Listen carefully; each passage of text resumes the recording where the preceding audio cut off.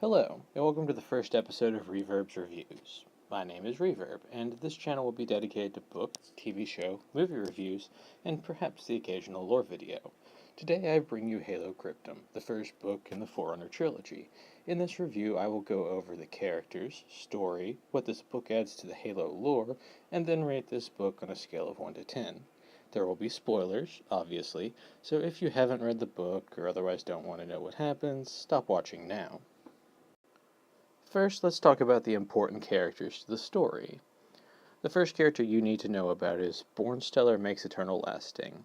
He is the main character of the book, and it is told from his first-person perspective. He is a 12-year-old Forerunner Manipular who wishes to find treasure, particularly the Organon. The next character you need to know about is the Didact. He is a 10,000-year-old Promethean warrior servant and supreme commander of the Forerunner armies. After the human Forerunner War, he championed a plan of aggressive action in Shield Worlds to defeat the Flood when they eventually returned. After thousands of years of political bickering, he is stripped of his rank and forced into exile 1,000 years before the beginning of the book. The next two characters you need to know about are Chakas and Riser. They are both humans from ur-Didact, what the Forerunners call Earth. They have a Geas implanted in them by the Librarian. When Bornstellar comes to ur-Didact seeking precursor artifacts, Chakas and Riser lead him to Jommakin Crater. The fifth character you need to know about is Master Builder Faber. Faber is the leader of the Builder raid of Forerunners and the most powerful individual Forerunner following the human Forerunner War. He commissioned the construction of the Halos and is eventually put on trial for his abuse of them. The final character you need to know about is the Librarian. She is the wife of the Didact and Life Shaper, leader of the Lifeworker raid. Following the human Forerunner War, she implanted memories of ancient humanity into the devolved humans, in the hopes that one day they would be able to access their ancestors' memories of the Flood Cure, and then gave them their Geas. She loves all life and believes strongly in the mantle, and while she doesn't make a physical appearance in the book until the very end, her actions and manipulations drive the story forward. Next, let's tackle the story. Our tale begins on Edom, what the Forerunners call Mars. Bornstellar is a young Forerunner who refuses to bend to his father's plans for him, and is thus given to a swap family of miners. He's looking for adventure and treasure, and wishes to find the precursor artifact known as the Organon. The Organon is an item of legend that is said to be capable of activating the multitude of precursor artifacts scattered across the galaxy. His Ancilla, a Forerunner AI that inhabits his personal armor, and previously belonged to the Librarian, encourages him to travel to the nearby planet of ur-Didact, the home world of the defeated and devolved humans, more on that later, to look for precursor artifacts. Bornstellar stows away on a transport ship heading for ur-Didact, and ends up in a large human city. There he meets Chakas, a baseline human, and Riser, a Florian, basically a hobbit. Upon telling them he's looking for precursor artifacts, Chakas and Riser offer to take Bornstellar to Jommakin Crater, a place where many strange artifacts are found. Upon arriving at the crater and entering the cave, it is revealed that the artifacts are a warrior servant's cryptum and war sphinxes that protect it. Chakas and Riser are then compelled by their Geas, implanted by the Librarian, to sing. The song opens the cryptum and awakens the legendary warrior servant known as the Didact. Man, let me tell you something. If you were following Halo lore when this book came out and you knew who the Didact was, this was fucking epic. Finally meeting the Didact as a full character with characteristics and a backstory, instead of just bits and pieces of him mentioned throughout the Halo lore, was a real fucking treat, and one of the big reasons I love this book. So the Didact, displeased to be awake, that there are humans present, and that his wife, the Librarian, isn't there, sulks over the fact that if he's been awakened from his millennium-long exile, something must be terribly wrong. The group discovers that, upon the Didact's awakening, a design seed was activated that began building a ship from the raw materials of the mountain at the center of the crater. It is also discovered that when the Didact's cryptum was opened, a signal was broadcast that attracted the attention of other Forerunners. While a baffler field protects the group and ship from detection by the other Forerunners, they have limited time to get away. The ship's seed finishes construction, and the ship takes off from ur-Didact, making the ship visible. But there's nothing the other Forerunners can do before the ship jumps into slipspace and leaves the system. The Didact has set a course for a planet called Charum Hakor. the ancient seat of humanity's empire, before their war with the Forerunners, hoping to further trigger the chaos of Chakas and Risers and possibly get some answers. Upon arriving at the planet, it is immediately obvious that the system has been stripped clean of all complex life by a great cataclysm, and that this cataclysm has also destroyed the precursor artifacts in the system, a feat thought to be impossible, as precursor technology is impossible to harm, much less destroy. This turn of events greatly concerns the Didact, who puts a ship down on the planet and goes to investigate an ancient prison. In this prison is held the Primordial, who claim to be the last living precursor. Its prison was destroyed by the cataclysm, and now it is free. Back in orbit, the Didact determines that Bornstellar needs access to the domain, repository of all Forerunner knowledge, and performs a prevent mutation on him, which is part of the Forerunner life cycle. The mutation is painful as he begins to transform into a warrior servant, and he essentially becomes a clone of the Didact. Soon after, the group heads to Ur-Didact, homeworld of the Sanshum. Yes, those Sanshum, who were closely allied with ancient humanity before and during their war with the Forerunners. The Sanshum were spared the de-evolution that humans were subjected to, but were quarantined to their own system as a trade-off.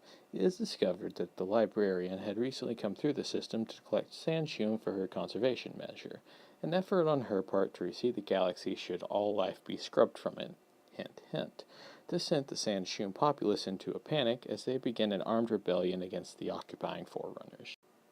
Furthermore, it is revealed that the Forerunners knew that the Didact would travel to Ur-Didact after his trip to Chartrum Hakor, and they set a trap for him.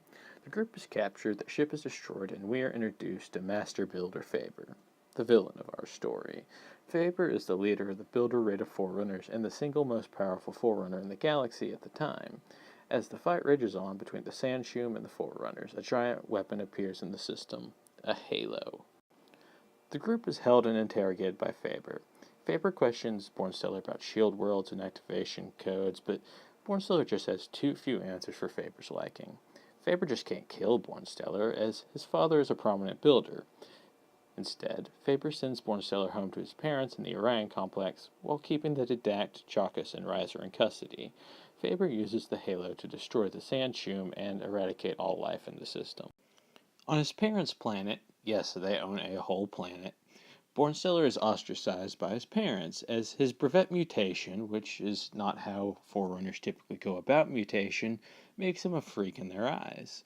After 200 days of being on their planet, the Ecumene Council sends a counselor to collect Bornstellar, as his brevet mutation makes him a second Didact, and the original is nowhere to be found. The Council has decided that Faber has breached the laws of the Mantle by destroying the Sanshum system and must stand trial. Bornstellar's father doesn't wish for him to go, but upon having an argument with his son where it is revealed that his team developed the Halos, Bornstellar's father realizes that his son is becoming more and more like the Didact, and there is little hope for Bornstellar becoming the builder that he had hoped. Bornstellar travels to the Forerunner capital of Mithrilian, where the trial of Faber begins. With 11 of the 12 Halo superweapons in orbit above the planet, it doesn't get very far before Mitigant Bias, a contender-class Mid-Arc Ancilla that was created by the Didact and Faber to coordinate defense of the Ecumene and later control the Halos, appears with the last Halo, shuts down power to the capital, takes control of the armor of all present, and bitch slaps all the Ancillas in the system. Here's where I have to segue off to cover a few plot points I excluded earlier. I excluded these plot points because they're slow drip to us over the course of the book, not really worth mentioning individually, but are important enough to the story that I can't really continue without bringing them up now. It is revealed that the human Forerunner War was triggered by humans running to escape an entity/disease they called the Flood. The Flood began as a powder found by humans that made their pets, called Faerû, more docile, prompting humanity to use it on more and more Faerû. After several centuries, the powder began mutating the Faerû, and then the disease jumped to humans. The Flood began ravaging human-controlled space, making humans flee for Forerunner-controlled worlds, sparking their war. Humans find a cure for the Flood, but at the cost of 1/3 of their population, later revealed to be a Flood ploy.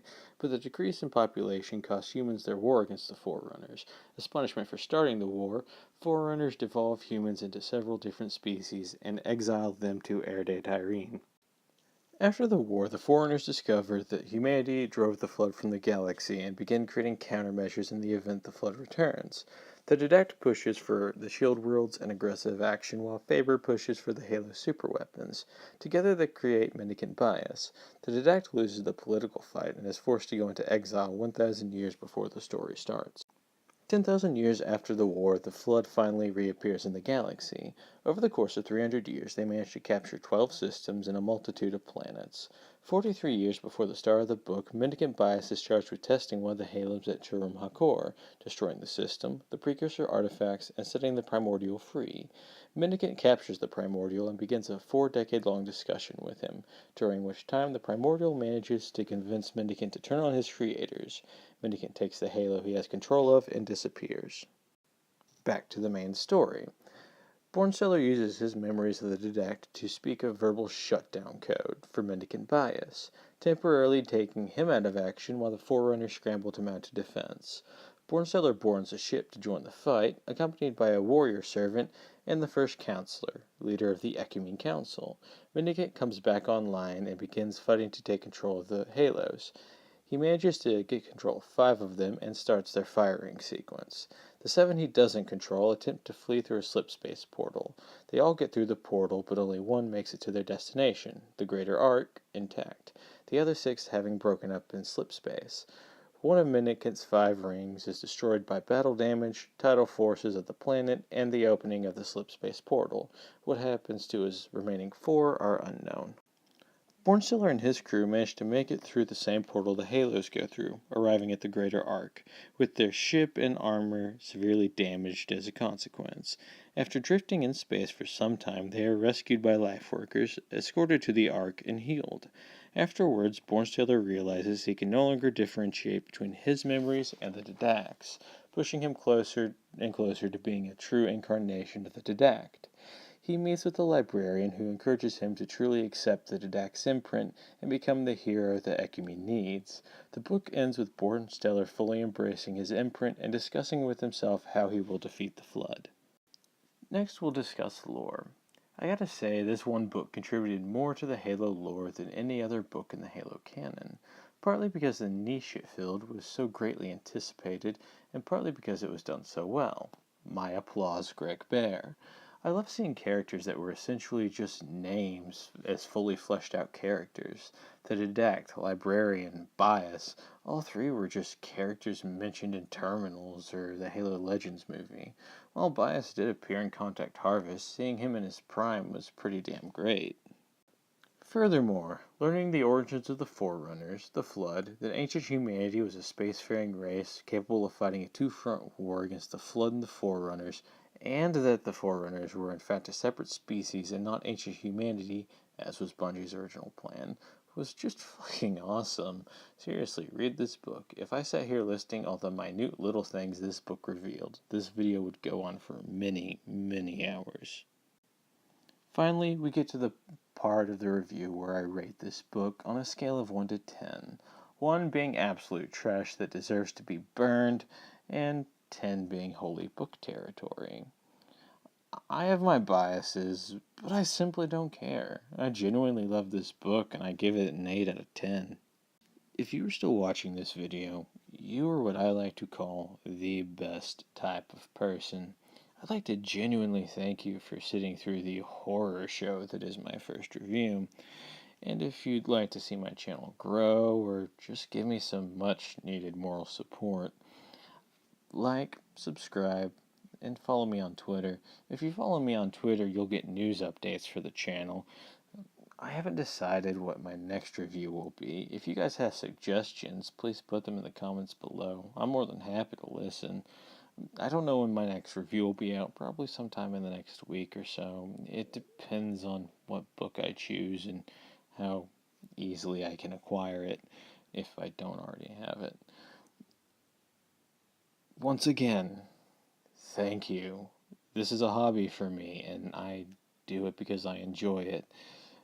Knowing other people enjoy it makes it so much easier to do. Thank you.